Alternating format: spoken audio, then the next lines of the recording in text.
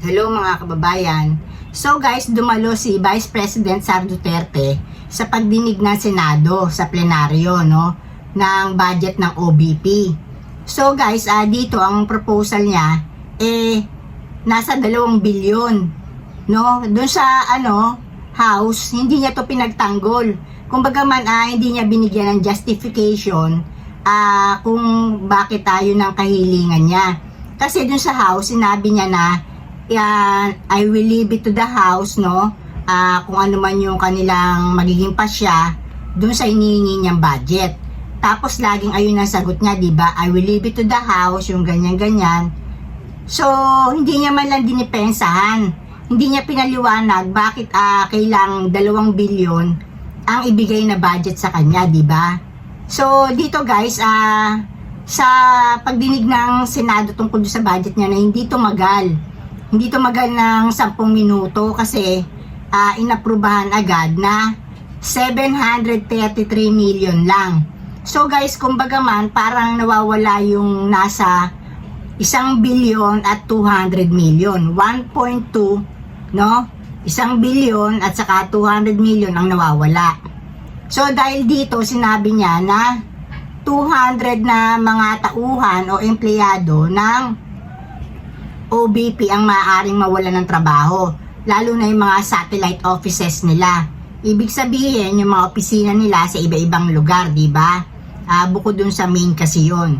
So, dito, sinasabi niya na pagka daw hindi nasunod o naibigay yung sinabi niya, proposal niya na 2 billion plus na budget ng OBP, parang nananakot pa at gustong nasa konsyensya pa ng Senado rin kung talagang tuluyan tatapyasin yung natitira na nawawalang 1.2, 1 billion 200 million. So parang kinukonsyensya pa yung Senado. Pero alam nyo guys, tama lang sa kanya tong 733 million. Kasi guys, kung gagamitin to sa tama, at talagang dahil ayan lang ang budget, ayan mapagplaplanuhan talaga kung saan talaga dapat i-allocate yan. So guys, dito sinasabi ko lang sa inyo, kung talagang mahalaga pala sa'yo at nag-iisip ka na baka hindi masunod yung hinihiling mo na 2 billion, 200 billion plus, may kasama pang point yan So, di dapat sana pala nung tinatanong ka nung mga House of Representatives, na mga congressmen, dapat doon pa lang hindi ka sagot na I will leave it to the House, I will leave it to the House. Dapat kung talagang alam mo na kailangan mo yun, dapat in-enumerate mo, dinipensahan mo saan gagastusin ng mga yan. Para ibig sabihin, magkaroon ng justification yung hinihingi mong amount. Pero hindi yun ang ginawa mo, I will leave it to the House, I will leave it to the House. Pero ngayon sa Senado, dumalo ka, tapos mangungonsyensya ka, na sasabihin mo, 200 na tauhan ng OBP ang mawawala ng trabaho. Mali naman yata yun, di ba? Parang lumalabas, kung pagbibigyan na hindi tatapyasin yung tinapyas na, at aaprubahan yung 2 bilyon, parang siya na rin ang nasunod, na kahit hindi niya depensahan yun, talagang ayun pa rin ang magiging budget. So, ibig sabihin, parang sa madaling sabi, pagka nasunod yung 2 bilyon, dahil sinasabi na i-consider pa daw, parang sinabihan na rin niya yung mga congressmen na duminig sana, nung budget niya, na belat, wala kayong nagawa, at eto pa rin ang budget ko. So, ibig sabihin, mali ito. Alam nyo, si Vice President Sara Duterte, lahat na pinapakita niyang halimbawa ng pagiging bad example, ng isang namumuno sa pamahalaan, na actually, Vice President Sara Duterte, hindi ka above the law. Tauhan ka, pumasok ka, public service yan. Although mataas nga lang ranggo mo, Vice President, susunod ka sa presidente sakali may mangyari sa kanya. Pero unang-una, yung responsibility na ikaw ang maging good example, no, ng isang government employee.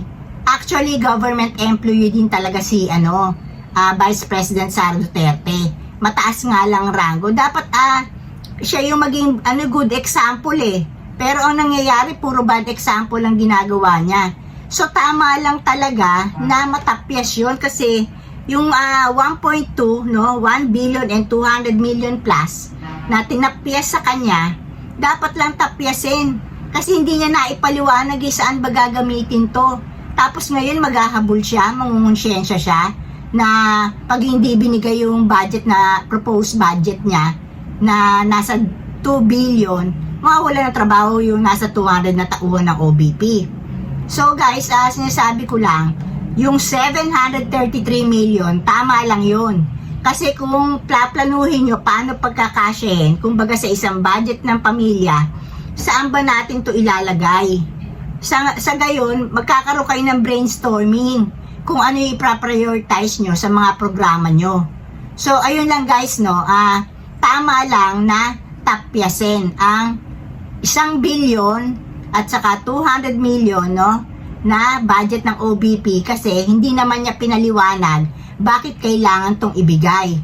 Dumating ang House sa pagkwenta na tama na sa kanya ang 733 million kasi halos ganun din naman yung budget dati ni Vice President Leni Robredo. So, kumbaga man, pinag-aralan din ng House yan bakit 733 million na lang ang bagay na budget ng OBP. At etong sila Senator Bato at saka itong si Senator Bongo, meron depensa, di ba? Siyempre, tuta ang mga yan, kailangan kahit paano mapakita nila ang simpatyan nila kay Sara Duterte. Pero sana man lang, no, masunod kung ano yung tama na ayun lang talaga yung budget, 733 million. Dito na ako guys, and blessings everyone. Bye!